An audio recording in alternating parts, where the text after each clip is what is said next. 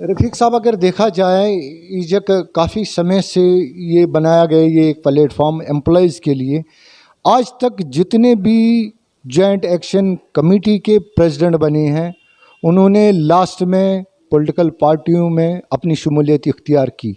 आपका अपना क्या इरादा है? अभी मेरे 5 साल हैं, 5 साल तक मैं मुलाजिम हूँ। Employ joint action committee non political है, सियासत के साथ इनका कोई ताल्लुक नहीं है। नाजरीन अस्सलाम वालेकुम। इस वक्त हम जम्मू में है, जहां पर जम्मू कश्मीर ईजक के प्रेसिडेंट मिस्टर मोहम्मद रफ़ीक साहब आए हुए हैं और इन्होंने आज जम्मू में एक बहुत बड़ी प्रेस कॉन्फ्रेंस से खिताब करते हुए हुकूमत को खबरदार किया है कि जितने मुलाजमीन के मसाइल पेंडिंग पड़े हुए हैं उनको फौरी तौर हल किया जाए। तो आपका तारुफ कराते हैं मिस्टर मोहम्मद रफ़ीक साहब। रफ़ीक साहब, सबसे पहले हम आपका स्वागत करते हैं। आप आज हमारे इस व्यथ न्यूज़ नेटवर्क में तशरीफ़ लाए हैं। शुक्रिया आपका, बहुत बहुत शुक्रिया। रफ़ीक साहब, आप आज जम्मू में आए हैं। आप जम्मू कश्मीर के ईजक के प्रेसिडेंट हैं। काफ़ी समय से आप ईजक के प्रेसिडेंट से उसको कुर्सी पे तानियात हैं। तो हमें बताइए कि आपकी क्या डिमांड्स हैं। आपने आज जो प्रेस कॉन्फ्रेंस दी है, क्या खिताब रहा आपका उसमें?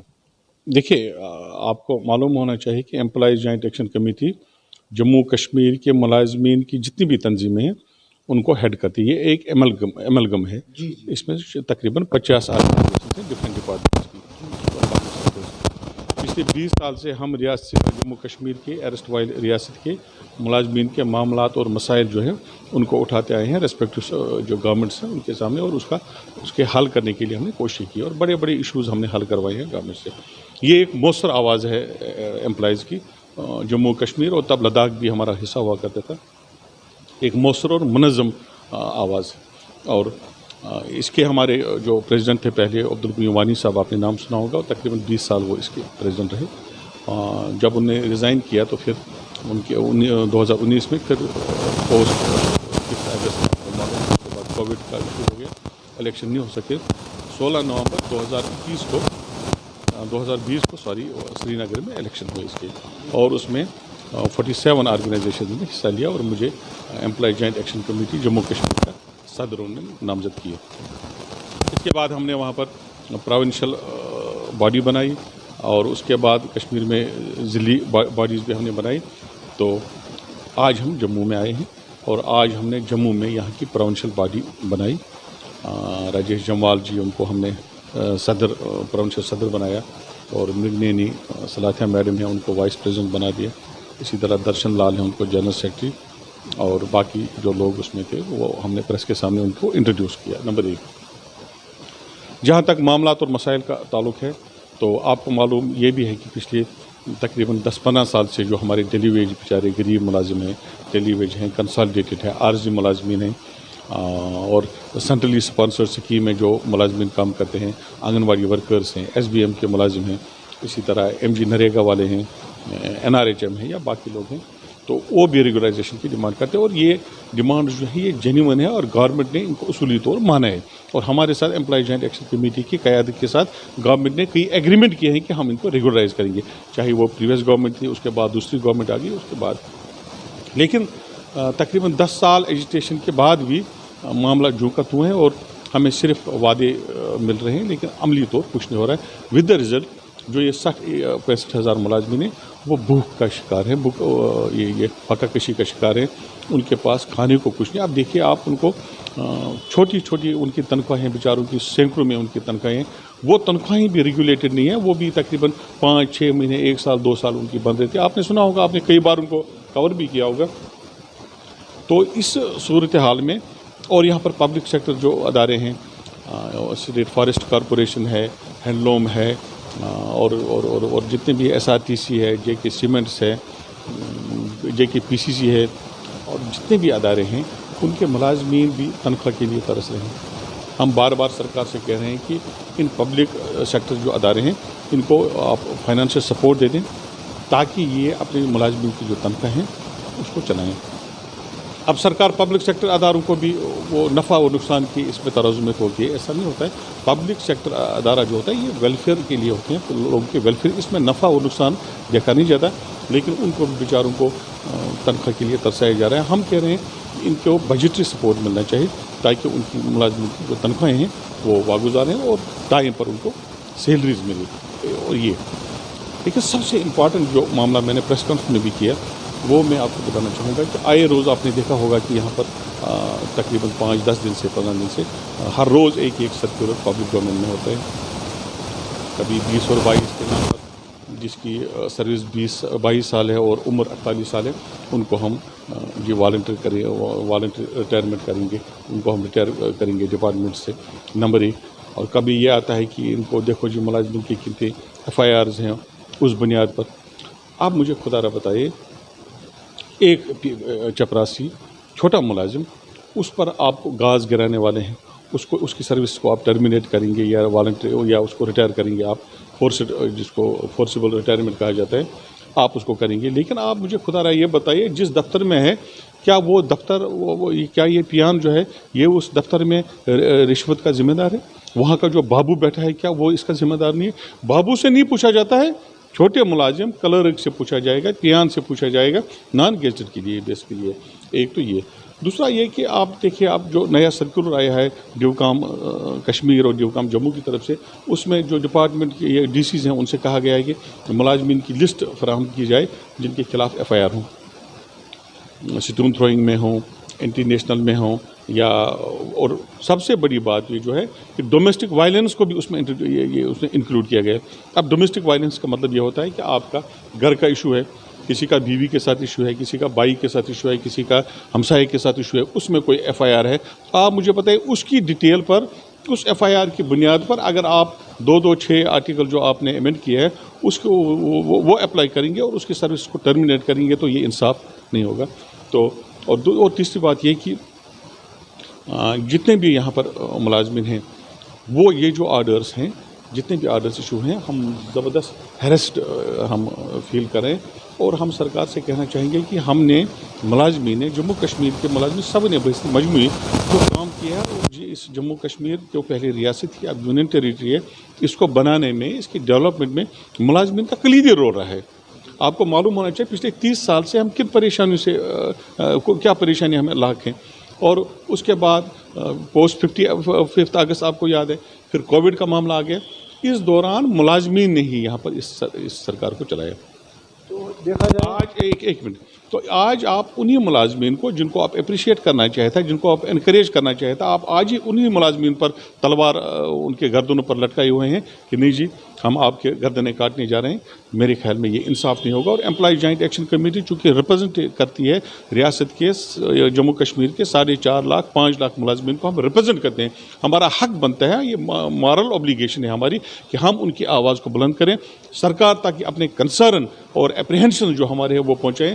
سرکار پر واضح کر دینا چاہتے ہیں اس طرح کے آرڈر جو ہیں ملازمین کے خلاف یہ جائز نہیں ہے، انجسٹیفائڈ ہے اور ہم ان کو تسلیم نہیں کریں گے.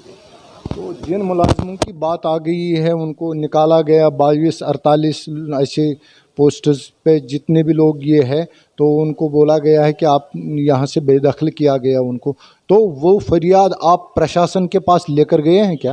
نہیں ابھی نہیں نکالا کسی کو، ابھی نہیں. ابھی گورنمنٹ ڈیٹا کلیکٹ کر رہی ہے.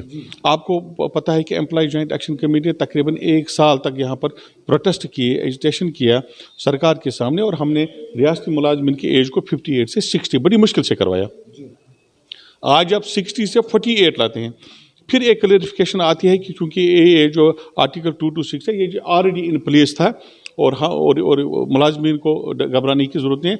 اگر وہ آلریڈی ان پلیس تھا تو پھر اس کو امینڈمنٹ کرنے کی اس میں امینڈمنٹ لانے کی کیا ضرورت ہے. اور دوسرا یہ کہ ملازمین کا آلریڈی آپ کے پاس ڈیٹا ہے، سب ڈیٹا ہے، لیکن آج آپ کو نئے ڈھنگ سے پھر نئے انداز میں ان کا ڈیٹا کلیکٹ کرنا. پھر اب ملازم اتنے پریشان ہو چکے ہیں کہ مطلب ان کے ذہن منتشر ہیں کہ کیا کیا. اب ہر ملازم کو لگتا ہے کہیں گاز مجھ پر نہ گرے چونکہ ایک آدمی کو آپ 30 سال یا 20 سال یا 38 سال یا جتنے سال بھی وہ ملازم رہے آپ کے پاس ہم پوچھنا چاہتے ہیں سرکار سے کہ آپ کے پاس میکنزم کیا ہے یہ ڈیفائن کرنے کا کہ یہ انفٹ ہے. मैकेनिज्म कोई है नहीं। सिर्फ आप एक छोटे मुलाजिम को उसका जो इमीडिएट ऑफिसर है, ड्राइंग डिस्बर्सिंग ऑफिसर, उसके रहम करम पर छोड़िए। कभी उसने उसको सलाम नहीं किया होगा, कभी उसके साथ तू में हुई होगी, या कभी उसके सामने कुर्सी पर बैठा होगा, इस बुनियाद पर अगर फैसले होंगे तो ये इंसाफ की बात नहीं है। जहाँ तक ये कहा गया, आपने भी सवाल में पूछा शायद कि रिश्वतखोर जो लोग हैं या जिनके खिलाफ केसेस हैं, हम कहते हैं जिन लोगों ने रिश्वत किया है, एंटी करप्शन ब्यूरो है आपके पास, उससे तहकीकात करवाएं और देखें कि जिन लोगों ने वाकई ऐसी भी जिनको गिल्टी मानती है या कोर्ट में जिनके ये हैं, तो कोर्ट अगर उनको सज़ा देती है इस बारे में तो हमारा तो उस पर कोई एतराज़ नहीं है। लेकिन सिर्फ ये बुनियाद बनाकर किसी पर इल्ज़ाम तराशी लेकर या इमीडिएट अफसर से उनको आप ये उनसे रिपोर्ट लेकर इस बुनियाद पर अगर ये आप उसकी सर्विस को टर्मिनेट करेंगे और फिर अलमिया यह है कि आप उसको डेडवुड कहते हैं, ये अफसोसनाक बात है। जिन लोगों ने मेहनत की, अपना खून पसीना एक करके जम्मू कश्मीर को बनाने में अपना रोल अदा किया, आज आप उसको टैग करके डेडवुड करके आप इसे निकालते हैं, तो मेरे ख्याल में ये इंसाफ की बात नहीं है और ये जायज़ भी नहीं है। हम बात करेंगे, आप महकमा एजुकेशन से बिलोंग कर, महकमा एजुकेशन से वाबस्ता हैं, उस एजुकेशन डिपार्टमेंट के बारे में आपसे कुछ जानना चाहें। एजुकेशन डिपार्टमेंट में जितने भी टीचर्स हैं माशाल्लाह उनकी बहुत अच्छी इज़्ज़त हम करते हैं और आवाम भी माशाल्लाह बहुत अच्छी इज़्ज़त करती है, क्योंकि इन्हीं टीचर्स के ज़रिए से बड़े बड़े ऑफिसर जो है पैदा होते हैं, बड़े बड़े लेक्चरार, बड़े बड़े इंजीनियर, डॉक्टर, स्कॉलर यही हमें बना के देते हैं। तो हमें बताइए कि जम्मू कश्मीर में जितने भी गवर्नमेंट स्कूल्स हैं उनका सिस्टम सही क्यों नहीं है? नहीं, आपने दो सवाल पूछे जी। एक तो ये कि सिस्टम ठीक नहीं है, दो चीज़ें हैं। एक तो इंफ्रास्ट्रक्चर है, वो तो टीचर की रिस्पॉन्सिबिलिटी नहीं है। अच्छा। वो गवर्नमेंट की रिस्पॉन्सिबिलिटी है। अब जो अदारे आपके पास हैं उनका आउटपुट क्या है उसकी रिस्पॉन्सिबिलिटी हमारी बनती है, ठीक है ना।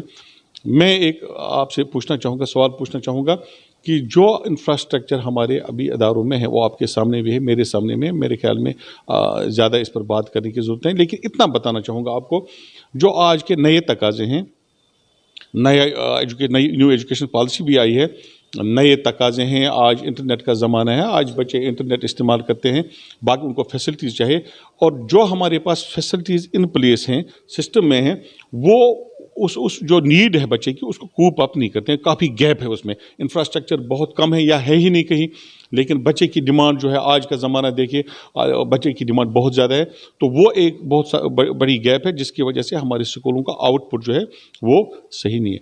दूसरी बात ये कि अक्सर बेशतर कहने में आया है कि जो गवर्नमेंट के टीचर हैं वो अपने बच्चों को गवर्नमेंट स्कूलों में नहीं डालते। मैंने बार बार कहा है, बच्चे चेयरमैन टीचर्स फोरम, मैं टीचर्स फोरम का भी चेयरमैन हूँ, मैंने बार बार कहा है कि सरकार एक आर्डर निकाले और वो इस आर्डर में लिखे, पियान से लेकर चीफ सेक्रेटरी तक जितने भी लोग सरकारी खजाने से तनख्वाह लेते हैं वो अपने बच्चों को गवर्नमेंट स्कूल में डालें। तमाम उस्ताद भी उसमें अपने बच्चों को गवर्नमेंट स्कूल में डालेंगे। उससे ये होगा, जब आपका बच्चा वहाँ पर है, जब टीचर का बच्चा है, जब तहसीलदार का बच्चा है, डिप्टी कमिश्नर और इंजीनियर का बच्चा भी एक ही जगह एक ही स्कूल में बैठे, तो वहाँ कंपटीशन बढ़ेगा और सरकार जो होगी या इमीडिएट जो वहाँ पर वो जो ऑफिसर होंगे वो उनके लिए ये बड़ी परेशानी होगी कि वो उस इंफ्रास्ट्रक्चर को इग्नोर नहीं कर सकते। उनकी डिमांड्स को लेकर वो हर सूरत में उस इंफ्रास्ट्रक्चर को डेवलप करने की कोशिश करेंगे, क्योंकि पब्लिक का प्रेशर होगा। आज वहाँ जो बच्चे हैं, गरीबों के बच्चे हैं, वो बेचारे चलाते हैं, हमारे पास ये नहीं है, वो नहीं है, इंफ्रास्ट्रक्चर नहीं है, बाकी फैसिलिटीज़ नहीं है, सुनने को कोई नहीं है। जब हर एक आदमी वहाँ पर होगा, इन्फ्लुएंशियल लोग होंगे, स्टेक होल्डर वहाँ पर होंगे, तो गवर्नमेंट मजबूर हो जाएगी उसका इंफ्रास्ट्रक्चर डेवलप करने के लिए। तो आप देखेंगे दिल्ली में क्या हुआ, दिल्ली में एक साल में सारा नक्शा बदला गवर्नमेंट स्कूलों के। आप वो इंफ्रास्ट्रक्चर यहाँ पर इन प्लेस रखिए और फिर देखिए यहाँ पर किस तरह के आउटपुट आपको मिलेगा स्कूलों में। माशाल्लाह आपकी बात जो इसमें काफ़ी सदाकत है। अब आपसे एक मैसेज हम लेना चाहते हैं नई जनरेशन के लिए, क्योंकि हमारे जम्मू और कश्मीर में नई जनरेशन यानी पढ़े लिखे नौजवान लड़के और लड़कियां जो है ड्रग्स की ओर राग़िब हुए हैं। क्योंकि अगर हम उन तक ये मैसेज देना चाहेंगे, शायद हमारी मैसेज काम नहीं कर पाएगी, लेकिन अगर मैसेज आप उन तक देना चाहें, उनके वालिदैन तक देना चाहें, शायद वो बाज आ जाएं, वो जो ड्रग्स के शिकार हो रहे हैं। देखिए, जो आज हालात हैं जम्मू कश्मीर में इंतहाई तशवीशनाक हैं, और मैं बहसीती उस्ताद और बहसीती जम्मू कश्मीर का एक शहरी میں محسوس کرتا ہوں کہ اگر ہم نے اس پر کوئی قدغن نہیں لگائی، روک تھام نہیں کی، تو آنے والا وقت ہمارے لیے انتہائی کٹھن ہوگا. تو میری مؤدبانہ گزارش ہوگی بالخصوص والدین سے کہ وہ اپنے بچوں کا خیال رکھیں. ٹھیک ہے، اساتذہ کرام پر بھی ایک ذمہ داری ہے، چونکہ استاد کی بات میں بڑا اثر ہوتا ہے، اور لیکن مسئلہ یہ ہے کہ وہ بچے کو صرف 10 سے 4 بجے تک 5 یا 6 گھنٹے بچہ رہتا ہے. اس کے بعد 18 گھنٹے وہ بچہ اپنے گھر میں ہے، والدین کے ساتھ ہے. تو والدین پر کا بہت ایک رول بنتا ہے. اس کے علاوہ جو ہمارے ریلیجس اسکالر ہیں، چاہے کسی بھی مذہب سے ان کا تعلق ہو، ان پر بھی ذمہ داری بنتے ہیں، چاہے وہ ہندو ہو، مسلمان ہو، سکھ ہو، عیسائی ہو، جتنے بھی مذہب کے ہمارے پیروکار ہیں، یہ آپ کے یہ بزرگ لوگ ہیں، اور ان پر بھی فرض عائد ہوتا ہے کہ وہ اپنی قوم کو ہر جگہ جہاں پہ بھی ممکن ہو ان کو درس دے دیں، اور بچوں کو اس وبا سے نجات دلانے میں اپنا کلیدی رول ادا کریں. اور سوسائٹی پر بھی ان جنرل ایک ذمہ داری بنتی ہے، آپ لوگوں پر بھی، ہم لوگوں پر، ہر ایک فرد پر جو ذمہ دار شہری ہوگا کہ وہ اس کی روک تھام کے لیے سامنے آئے. رفیق صاحب، اگر دیکھا جائے ایجک کافی سمے سے یہ بنایا گیا یہ ایک پلیٹ فارم امپلائیز کے لیے، آج تک جتنے بھی جوائنٹ ایکشن کمیٹی کے پریزیڈنٹ بنے ہیں انہوں نے لاسٹ میں پولیٹیکل پارٹیوں میں اپنی شمولیت اختیار کی. آپ کا اپنا کیا ارادہ ہے؟ ابھی میرے 5 سال ہیں، 5 سال تک میں ملازم ہوں. Employ joint action committee non political ہے، سیاست کے ساتھ ان کا کوئی تعلق نہیں ہے. اور اس ایسی بات پر، ایسے سوال پر بات کرنا جو ابھی میرے تصور بھی نہیں ہے، جس پر میں نے سوچا بھی نہیں، میرے خیال میں غلط ہوگا. اور ہر ایک آدمی نے پالیٹکس جوائن نہیں کی، کچھ لوگوں نے کی ہوگی، لیکن اکثر لوگ ایسے ہیں جو آج بھی لوگوں کی خدمت کرتے ہیں، ریٹائر ہو کر بھی سوشل ورک کرتے ہیں، کوئی ریلیجس اس میں انسٹیٹیوشنز میں کام کرتا ہے، کوئی لوگوں کی یہ خدمت کرتا ہے. تو یہ ٹیگ کرنا کہ ہر ایک آدمی کا یہ ایمبیشن ہوگا، میرے خیال میں جائز نہیں. چلیے، آپ کا ہمارے ساتھ بات کرنے کا بہت بہت شکریہ. یہ تھے ہمارے معلم جموں کشمیر سے اور ایجک کے پریزیڈنٹ مسٹر محمد رفیق صاحب، جنہوں نے باقاعدہ طور پر ہمارے سارے سوالاتوں کا صحیح جواب دیا ہے. آپ جڑتے رہے ویتھ نیوز نیٹ ورک کے ساتھ. السلام علیکم.